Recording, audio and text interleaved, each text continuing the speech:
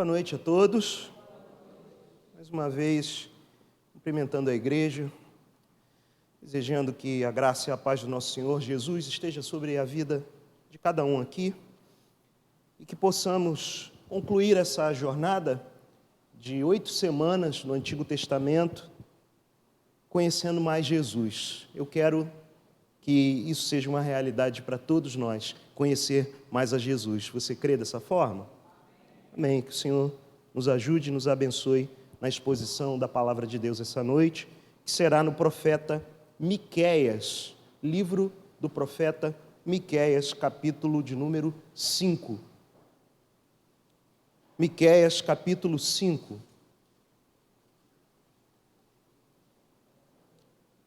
Talvez para fácil localização, para facilitar, é o livro seguinte a Jonas, um dos livros entre os profetas menores mais conhecidos.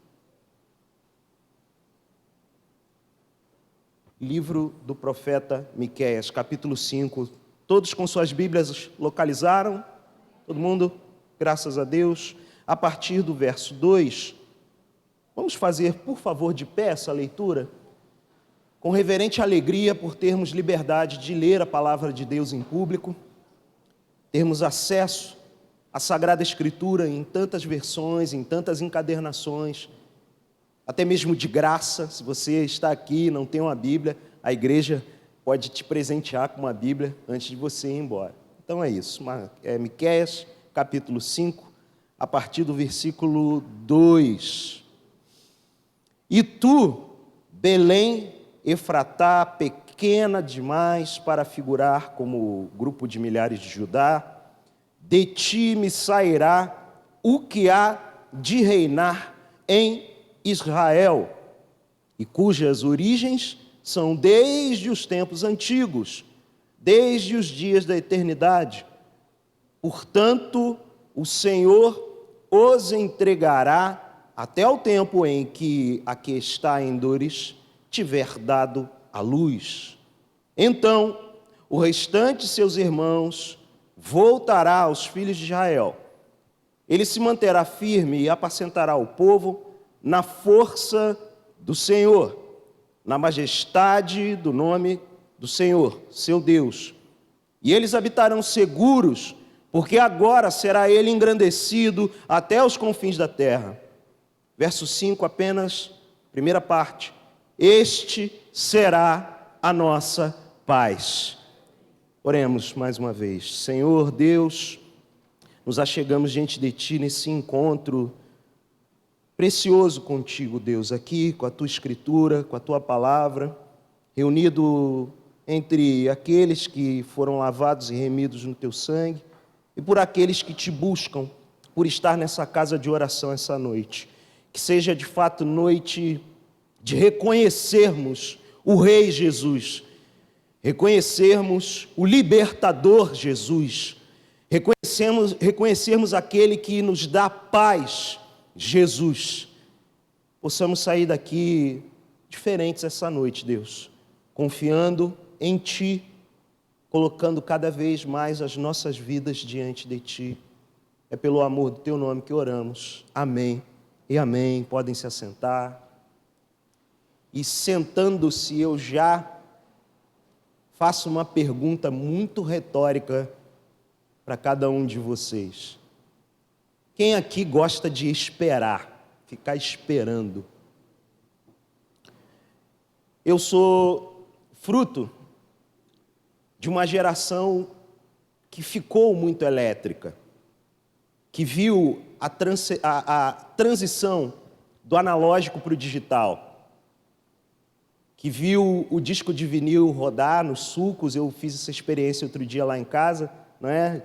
Junito, Dalila, Jonas, Jordana e o pequeno Ben.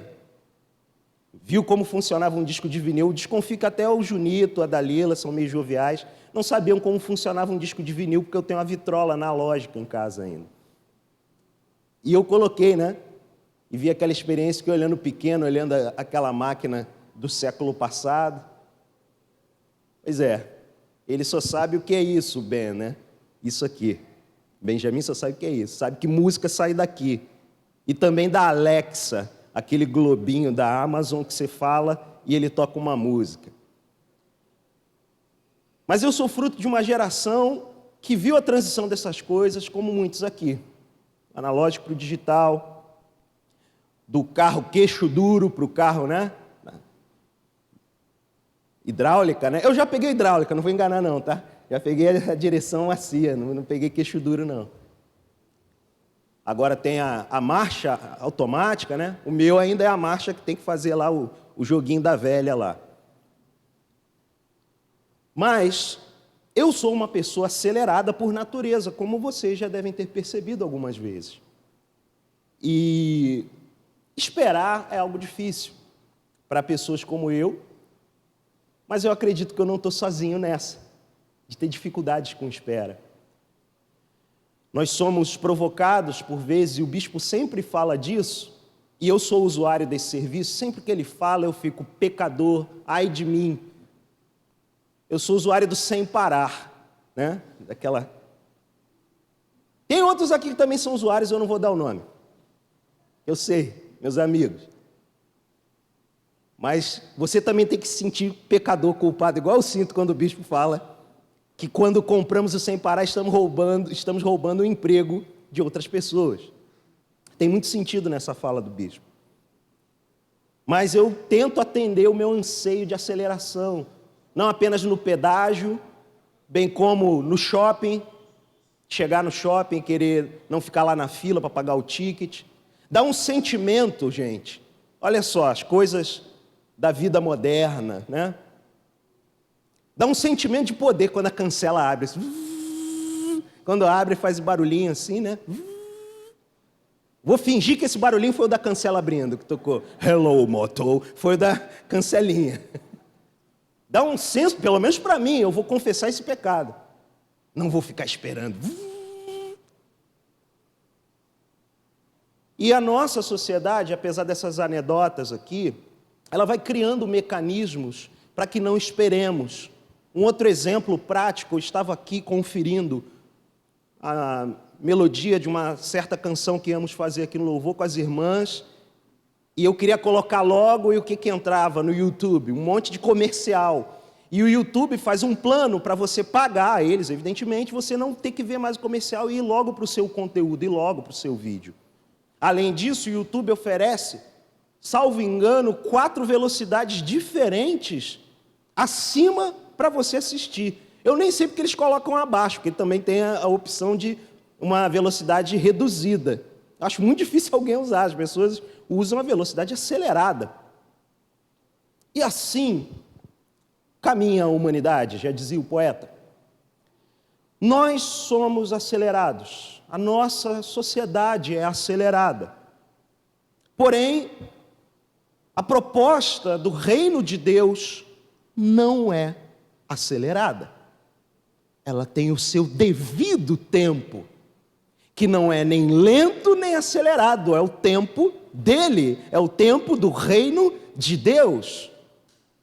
E lemos aqui uma profecia que sempre é lembrada, normalmente é lembrada na tradição cristã, quando da época natalina, ou o período de advento, de preparação para essa data específica do calendário cristão.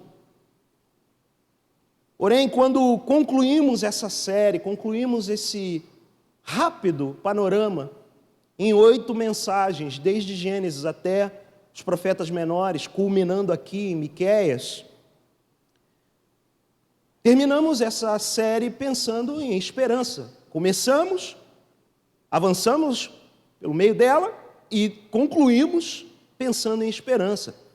E esperança diz respeito a esperar, a olhar para uma realidade por vir, uma realidade futura.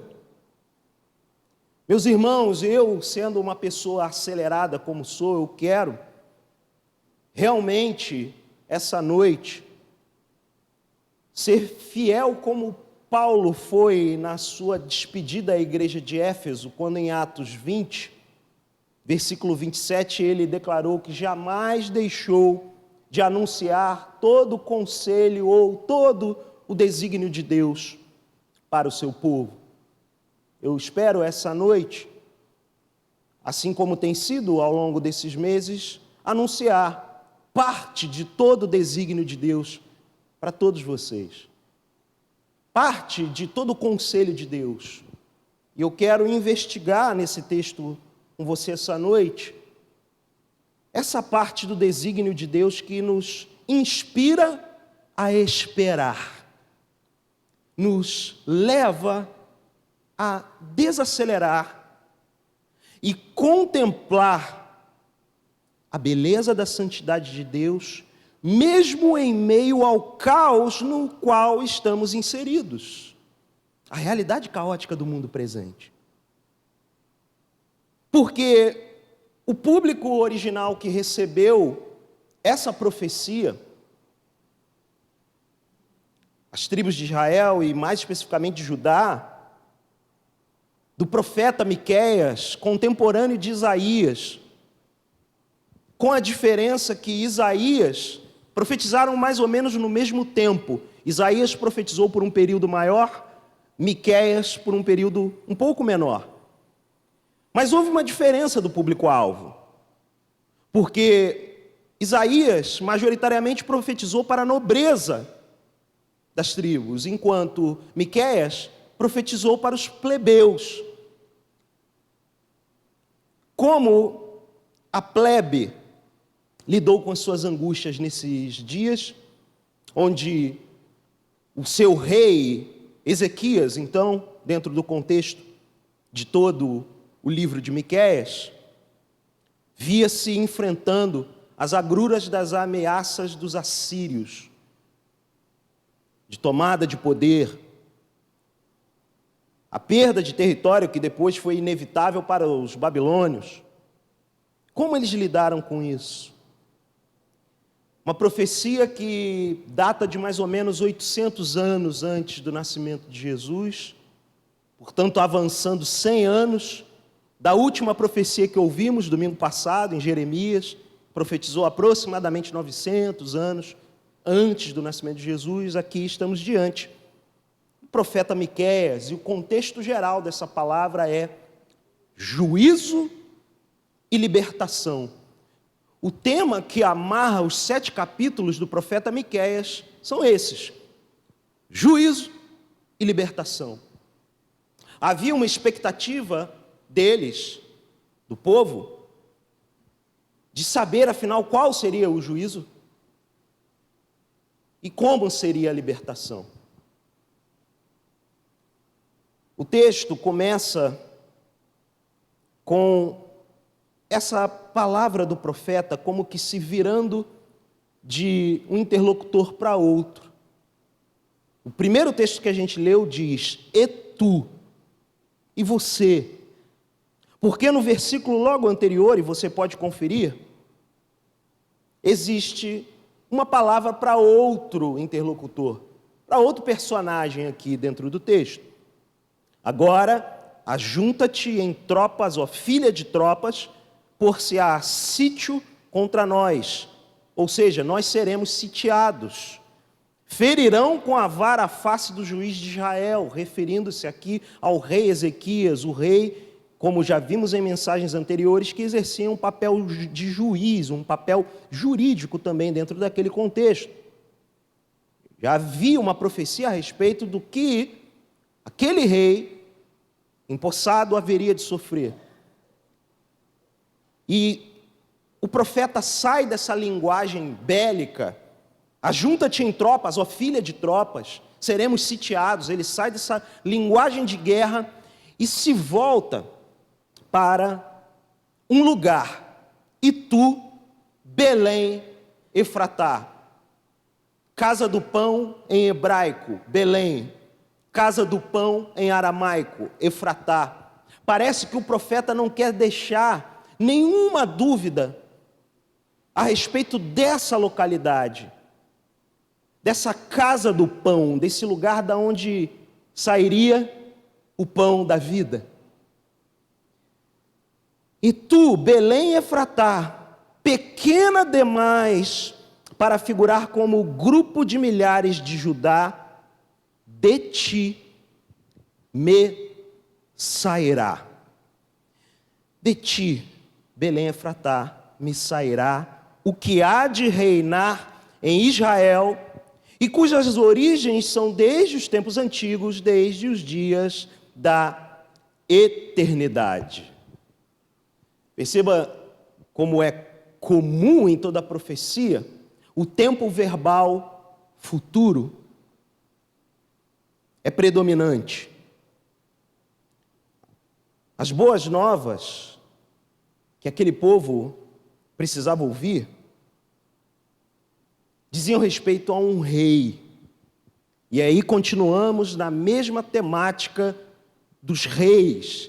E, na verdade, da necessidade de um rei perfeito, um rei santo, um rei que sim deveria ser homem, mas sim deveria ser Deus para cumprir tudo aquilo que vinha sendo profetizado a seu respeito. E tu, Belém Efratá, pequena demais, um lugar pequeno, uma cidade pequena, para figurar como grupo de milhares de Judá, sim, um lugar desprezado, um lugar de onde menos se esperava, pudesse vir algo bom, de ti me sairá o que há de reinar em Israel, e cujas origens são desde os tempos antigos, desde os dias da eternidade. Essa passagem, ela já profeticamente aponta para as duas naturezas do Messias, para as duas naturezas do ungido de Deus, completamente Deus e completamente homem. Como homem, ele nasceu numa manjedoura em Belém Efratá, nesse lugar pequeno demais para figurar entre os milhares de Judá, para ter importância, relevância. Como homem, ele nasce nesse lugar simples e humilde. Porém, como Deus, o texto diz que as suas origens são desde os tempos antigos, e mais do que os tempos antigos, desde os dias da eternidade. Que rei poderia cumprir esse papel? Para eles o povo havia uma vinculação com a figura de Davi de Belém, com as suas origens em termos de genealogia, remontando desde os tempos antigos. Mas sabemos que esse rei não cumpriu o que haveria de ter sido cumprido. Em Mateus, no Evangelho de Mateus, capítulo 2, você não precisa abrir, existe um eco dessa profecia que diz: tendo Jesus nascido em Belém da Judéia, em dias do rei Herodes, eis que vieram uns magos do Oriente a Jerusalém e perguntavam onde o recém-nascido rei dos judeus está, porque vimos a sua estrela no Oriente e viemos para adorá-lo. Tendo ouvido isso, alarmou-se o rei Herodes e com ele toda Jerusalém. Então, convocando todos os principais sacerdotes e escribas do povo, indagava deles onde o Cristo deveria nascer. Em Belém da Judéia, responderam eles, porque assim está escrito por intermédio do profeta. Os magos chegaram naquele lugar pelos sinais dados pela graça comum e pela revelação especial da profecia de Miqueias. E tu, Belém, terra de Judá, não és de modo algum a menor entre as principais de Judá, porque de ti sairá o guia que há de apacentar o meu povo Israel. De ti, Belém Efratá. E o verso 3 do capítulo 5 de Miqueias prossegue com a entrega da profecia. Portanto, o Senhor os entregará até o tempo em que a que está em dores tiver dado a luz. Então o restante de seus irmãos voltará aos filhos de Israel. Prestem atenção na leitura, irmãos. Portanto, o Senhor os entregará. Verbo no futuro. O restante de seus irmãos voltará aos filhos de Israel. Contexto imediato, fazendo menção ao rei Ezequias, que é mencionado como juiz no versículo 1 desse mesmo capítulo 5, introduz o capítulo, entrega aos assírios. No cumprimento da profecia, o rei entrega aos romanos. Contraste que vemos aqui entre o rei desprezível de Jerusalém e um rei ideal, um rei idealizado de Israel.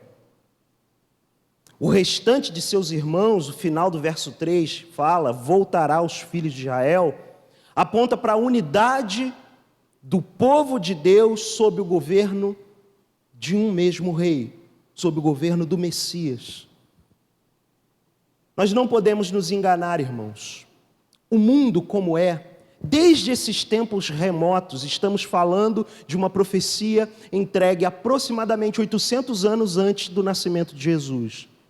E já havia desordem, já havia caos, já havia injustiça, porque desde pouco depois da criação houve pecado. E por haver esse dano sistêmico no DNA humano, tudo aquilo que envolve seres humanos termina mal. Tem como destino dar errado. O mundo jamais poderá ser reformado. Jamais. Isso é absolutamente certo, irmãos. Um Estado cristão é impossível. Todas as experiências a respeito disso falharam, tinham de falhar. Somente o Apocalipse poderá curar os males do mundo. Somente a volta de Jesus poderá curar os males do mundo. Verso 4 da profecia de Miqueias, no capítulo 5, prossegue. Ele se manterá firme e apacentará o povo na força do Senhor, na majestade do nome do Senhor, seu Deus. E eles habitarão seguros, porque agora será ele engrandecido até aos confins da terra. Ele será engrandecido. Os reis que prosseguiram essa profecia não foram engrandecidos. Ninguém, portanto, é tão adequado para governar o mundo, senão aquele mesmo que criou o próprio mundo. Há 2 meses atrás, começamos essa série, enxergando a esperança que é nutrida em nós, quando reconhecemos Jesus também como Criador, lá em Gênesis capítulo 1. Portanto, se ansiamos por um governo pleno, justo, perfeito, um governo justo e, como ouvimos no domingo passado, governado, regido por aquele que é a nossa justiça, é a própria justiça. Ele não apenas confere justiça ou apenas é justo, ele é a própria justiça. Somente, portanto, esse que é a própria justiça, porque é o próprio Criador do mundo, pode reger esse mundo, essa realidade.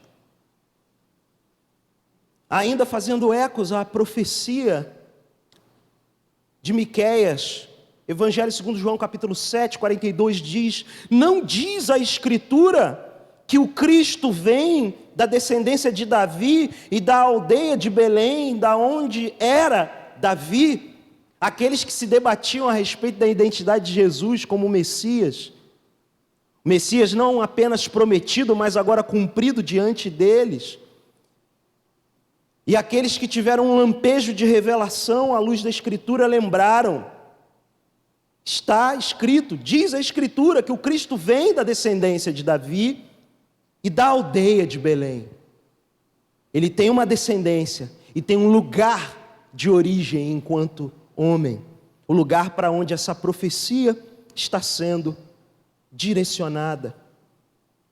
Ele será engrandecido desde esse lugar pequeno, no meio do Oriente Médio, até os confins da terra.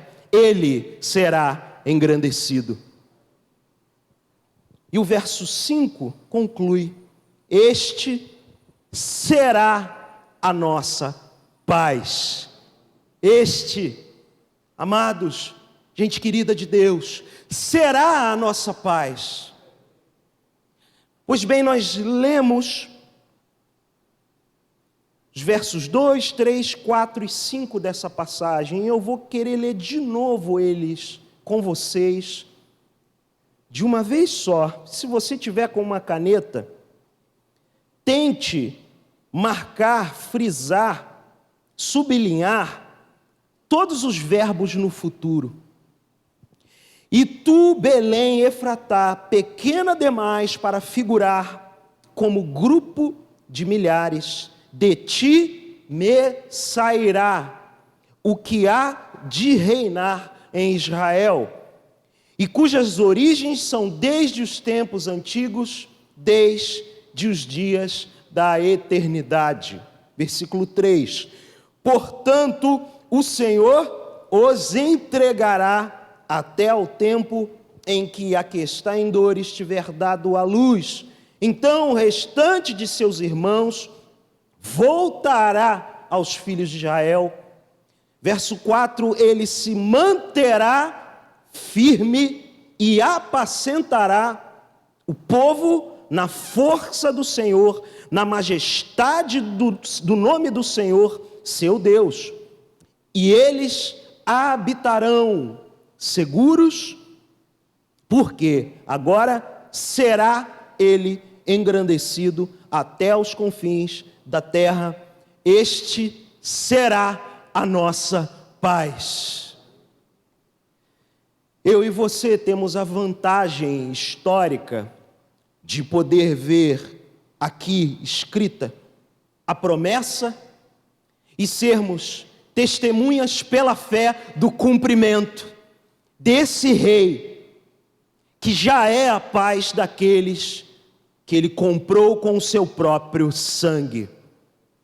Nós temos um privilégio gracioso, da mesma forma que ele é a nossa justiça, podemos, pelo fato de termos sido justificados, termos sido resgatados do império das trevas, temos o privilégio de não apenas reconhecê-lo como a nossa justiça, como ouvimos semana passada, mas também como a nossa paz. Ele é a nossa paz. Efésios 2,14 é um dos grandes cumprimentos e componentes de cumprimento profético dentro da Escritura, ao se conectar com essa curta, porém poderosa frase profética de Miqueias capítulo 5, verso 5, que diz: este será, lá no futuro, a nossa paz.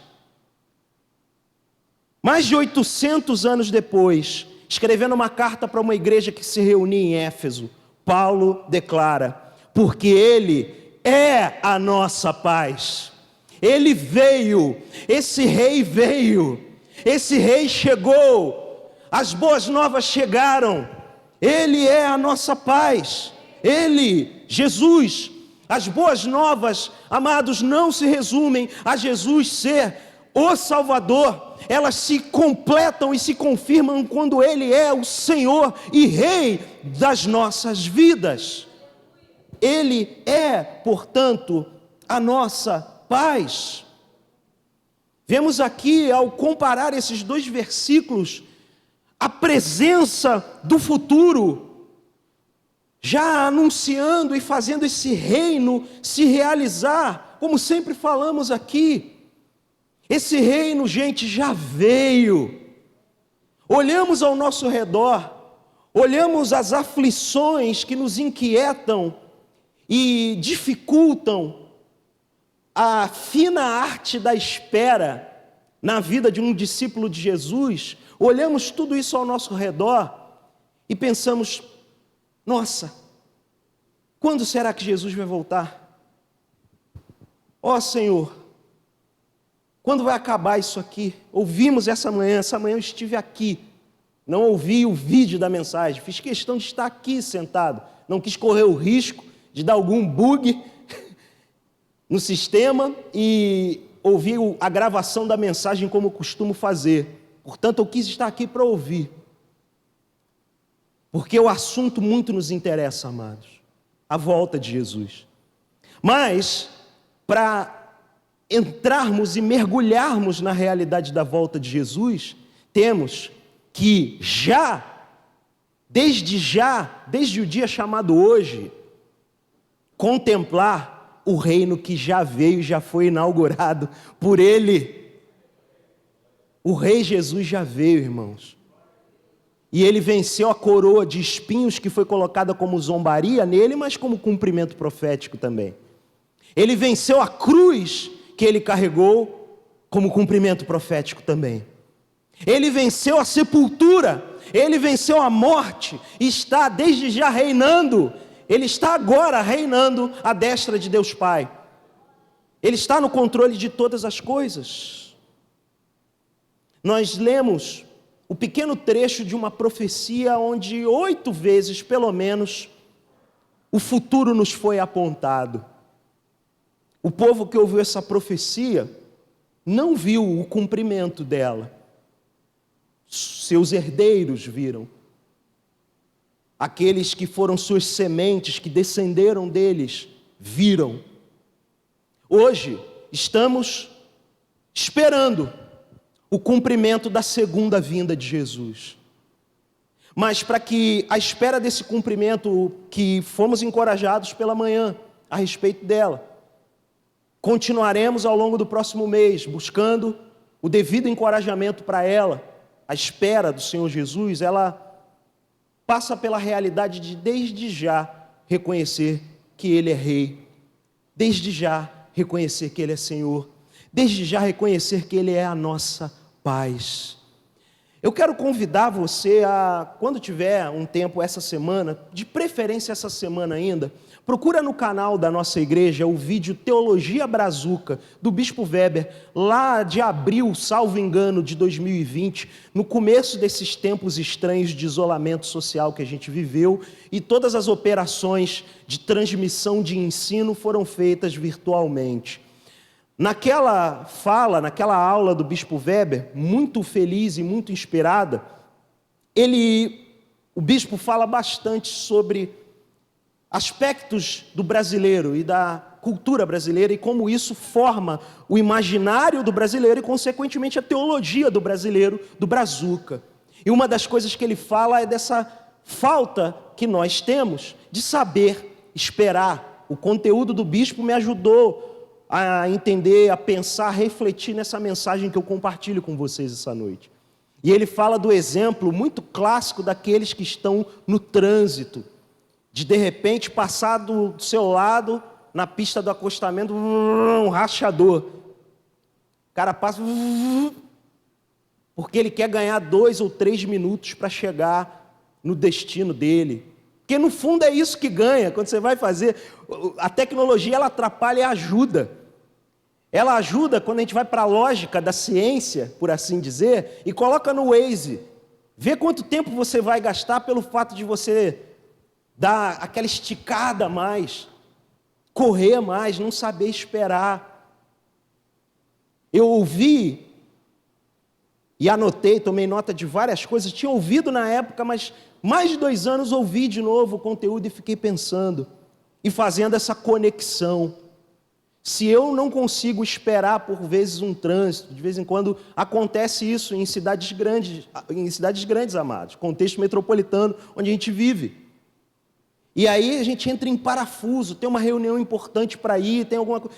Vai mudar alguma coisa? A gente vai conseguir? Vai acontecer agora no filme lá do rapaz, da cara de borracha, Jim Carrey? Você não vai, né? Não é o Todo-Poderoso? Não vai abrir assim o trânsito. Aquilo é ficção. Não vai mudar nada ficar ansioso. Não vai mudar o cenário. O que fazer? Eu tenho tentado explorar cada oportunidade dessas de espera, sobretudo quando eu estou sozinho, como uma oportunidade de meditar na Escritura, de botar algum conteúdo, nem que seja a própria Bíblia em áudio, para revisitar alguns textos, para me conectar com esse rei que já veio, por meio dos recursos que estão à mão. Tantos, né? Estão aqui, como uma forma de nos prepararmos para a segunda vinda. Se queremos contemplar a realidade do ainda não, precisamos nos entregar totalmente ao governo do Rei que reina e vive para sempre. Jesus, o Rei que, portanto, nos dá paz em tempos de aflição. Em 1 Tessalonicenses capítulo 5, e aqui, partindo para a conclusão dessa mensagem, vai um bônus, fora do meu script, uma vez que fomos inspirados essa manhã em passagens que falavam sobre a vinda de Jesus, a segunda vinda. Foi lido em 1 Tessalonicenses, capítulo 4, alguns textos. Eu quero ler alguns textos no capítulo 5 de 1 Tessalonicenses, fazendo eco ao versículo 5 de Miqueias, capítulo 5, a respeito da paz que só será plena no Rei que há de vir. 1 Tessalonicenses 5:1, na Nova Versão Internacional, vou fazer a leitura, diz assim: Irmãos, quanto aos tempos e épocas, não precisamos escrever, pois vocês mesmos sabem perfeitamente que o dia do Senhor virá como ladrão à noite. Ouvimos isso aqui, tanto pela manhã quanto agora.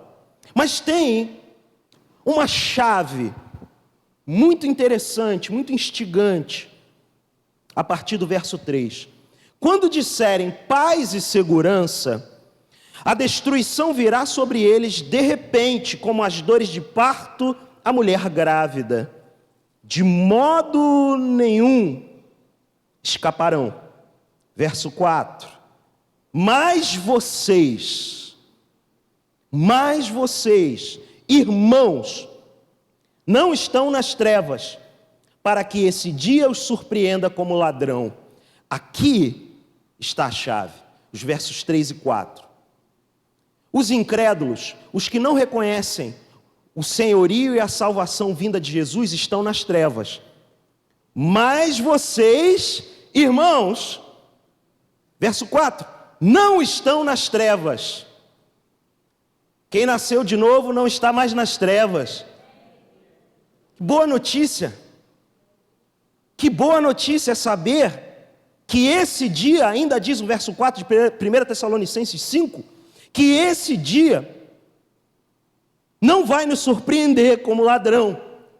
E aqui, quando eu li essa passagem, eu confesso que eu fiquei atônito e pensando: meu Senhor, como Tu és bom.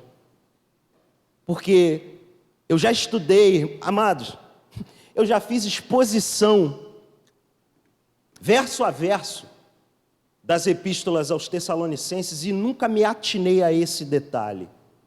Mas vocês, irmãos, não estão nas trevas para que esse dia... Qual dia? Qual dia, amados? A volta de Jesus. Para que esse dia os surpreenda como ladrão. Se nós nascemos de novo, se nós somos filhos de Deus, o Senhor não quer surpreender seus filhos na sua volta. Verso 5, vocês todos são filhos da luz, filhos do dia, não somos da noite nem das trevas. Portanto, não durmamos como os demais, mas estejamos atentos e sejamos sóbrios. Como é essa sobriedade? Verso 7, pois os que dormem, dormem de noite, e os que se embriagam, embriagam-se de noite. Nós, porém, que somos do dia, sejamos sóbrios. E como somos sóbrios? O versículo 8 de 1 Tessalonicenses 5 nos diz: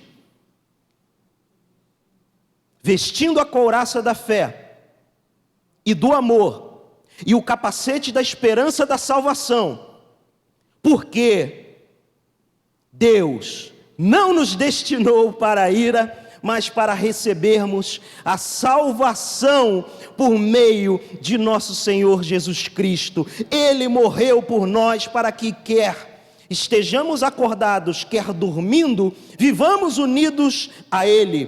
Por isso, exortem-se e edifiquem-se uns aos outros, como de fato vocês estão fazendo. Gente querida, nós não podemos ser como falsos profetas, e aí usando a linguagem profética, dizem paz quando não há paz. De fato, nós não podemos ser desses, mas podemos ser desses que proclamam a profecia prometida, o evangelho prometido na profecia, e o evangelho cumprido nas epístolas, como lemos em Efésios 2, porque Ele é a nossa paz. Para quem nasceu de novo, Cristo já é a paz. Para os apóstolos que sofreram mortes e grilhões, mortes terríveis, com exceção de João, que foi exilado em Patmos e provavelmente morreu de idade, morreu idoso, mas não pensemos que ele estava num resort, como sempre nos é corrigido aqui pelo bispo. Ele não estava numa ilha paradisíaca, ele estava numa solitária, numa ilha deserta, e vá saber as condições com que o apóstolo João morreu. E vemos em Hebreus a galeria dos mártires, saindo das escrituras e olhando para a tradição da igreja, nós vemos a grande nuvem de testemunhas martíricas ao longo da história. E não precisamos ir muito longe na linha do tempo ainda hoje. Talvez até mesmo no nosso continente, talvez até na nossa cidade, irmãos. Tem gente morrendo por causa do evangelho. Tem gente no meio de aflições terríveis. Talvez não estejamos sendo perseguidos por causa do evangelho, mas estejamos sofrendo as mais variadas dores e aflições pessoais, familiares, profissionais, seja o que for. Mas diante de tudo isso existe uma boa notícia, garantida pelo próprio Senhor. Ele é a nossa paz. Ele é esse rei que foi profetizado em Miqueias 5:5. Ele será a nossa paz. Ele não está apenas no futuro, irmãos. Ele desde já é a nossa paz. Devemos nos preparar para a sua segunda vinda, mas nos preparar em tons de louvor e adoração, de gratidão, porque o que mais devemos ansiar é isso, nosso encontro definitivo com Ele, as bodas do Cordeiro. No próximo domingo, na ceia aqui de manhã, é mais um momento no calendário da igreja para acender essa chama em nós, a importância de clamarmos juntos, com cálices erguidos, Maranata, ora vem, Senhor Jesus. A nossa esperança de fato é essa, esperar no Senhor, que envolve, como lemos em 1 Tessalonicenses 5, vestir a couraça da fé, do amor, o capacete da esperança da salvação, ser sóbrios, envolve esperar em fé. Eu creio que nós, como cristãos, nesses dias acelerados, nessa sociedade que não gosta de esperar, a começar de mim, o pior dos pecadores aqui, em especial nessa área sou eu, aceleradíssimo, estou ficando velho, mas mesmo assim, uma das razões de eu querer ficar velho, gente, é isso, ficar mais sábio, ficar menos acelerado, quem sabe usar menos esse artefato. Eu quero acalmar, mas ainda é difícil para mim. Mas quando eu olho para o Evangelho, quando eu leio a Sagrada Escritura, como li hoje aqui, e me deparo com isso, que o Senhor não quer pegar de surpresa como ladrão os filhos da luz. Ele surpreende os das trevas, os filhos da luz. Para esses, não vai haver surpresa. Sabe por quê? Porque a nossa esperança é essa. O que a gente espera é que Jesus volte. O que a gente espera é a volta do Rei. O que celebramos é a volta do rei, nos preparamos para a volta do rei. Isso precisa revigorar a nossa forma de ver, não apenas a fé cristã, gente querida, mas a própria vida. A própria vida ganha outro sentido quando sabemos que o que fazemos não diz respeito apenas a acúmulo de bens, a produtividade, a garantir uma herança para quem vai ficar. Não! O que nos espera como gente que nasceu de novo é algo muito maior, é um projeto eterno que não tem fim. E isso deve nos encher de esperança. Esperar no Senhor, portanto, deve envolver a nossa dinâmica espiritual, envolver como agimos, pensamos e sentimos, envolver e transformar as nossas relações uns com os outros, aqui na casa de oração, uns com os outros no dia a dia, e nós com o Senhor esperar. Quando lemos Miqueias, capítulo 5, e se você abrir em Tessalonicenses, eu peço para você voltar para Miqueias, por favor. Quando lemos Miqueias 5, temos algumas razões para esperar no Senhor. A primeira delas, de acordo com o versículo 4, é que Ele, o Rei, quando vier, não vai embora, não vai subir mais uma vez. Ele permanecerá. A promessa para os que esperam no Senhor é que Ele permanecerá. Ele já está à destra do Deus Pai, intercedendo por nós, como advogado fiel, como justo juiz, como Deus, como Rei. Mas quando Ele vier, nós não teremos uma visitação, nós habitaremos com Ele, pois seremos a sua noiva como igreja. Ele permanecerá. Miqueias capítulo 5, versículo 4, Ele se manterá firme. Uma segunda razão para esperarmos no Senhor é saber que Ele cuidará de seu povo. Ele continua cuidando desde a glória, desde a destra do Deus Pai. Ele está agora cuidando de cada um de nós, cuidando da minha vida, cuidando da sua vida. Uma verdadeira trama divina que os nossos olhos não conseguem contemplar.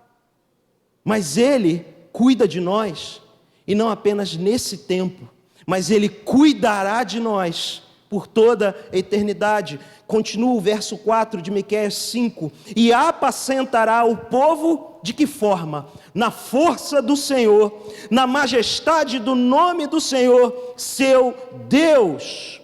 Eles habitarão seguros, porque agora será Ele engrandecido até aos confins da terra. E aqui reside a última razão que eu quero colocar para esperarmos no Senhor. Eu e você precisamos aprender a esperar na santa presença de Deus. Ter a bendita esperança, usando a linguagem neotestamentária de Jesus, porque essa verdade se cumprirá. Ele será engrandecido até os confins da terra. Ele será engrandecido, magnificado. Seu nome de fato será nome sobre todo nome. Não haverá mais espaço para zombaria do nome de Jesus. Não haverá mais espaço para questionamento a respeito de quem é Jesus e da identidade de Jesus, pois o Cordeiro Santo de Deus já foi entregue, já foi imolado, seu sangue foi derramado, e quando Ele vier, Ele virá como o leão da tribo de Judá, o definitivo Rei Jesus. Ele virá e o seu nome será engrandecido até os confins da terra. Por isso, amados, eu creio que quando deparamos-nos com realidades a respeito, ensinos a respeito dos últimos dias, temos que sempre nos lembrar que tudo isso culmina em adoração. Adoração ao nome engrandecido do nosso Senhor Jesus. Eu creio que seria de bom tom terminarmos esse momento engrandecendo o nome do Senhor com um cântico de louvor a Ele. Podemos fazer isso juntos? Vem para cá, Junito, ajuda a gente, por favor. Já saiu o spoiler da canção aí, a irmã já soltou um pouquinho. Fica de pé, por favor. Vai ser essa mesmo, seja engrandecido, Junito. Ajuda a gente aí.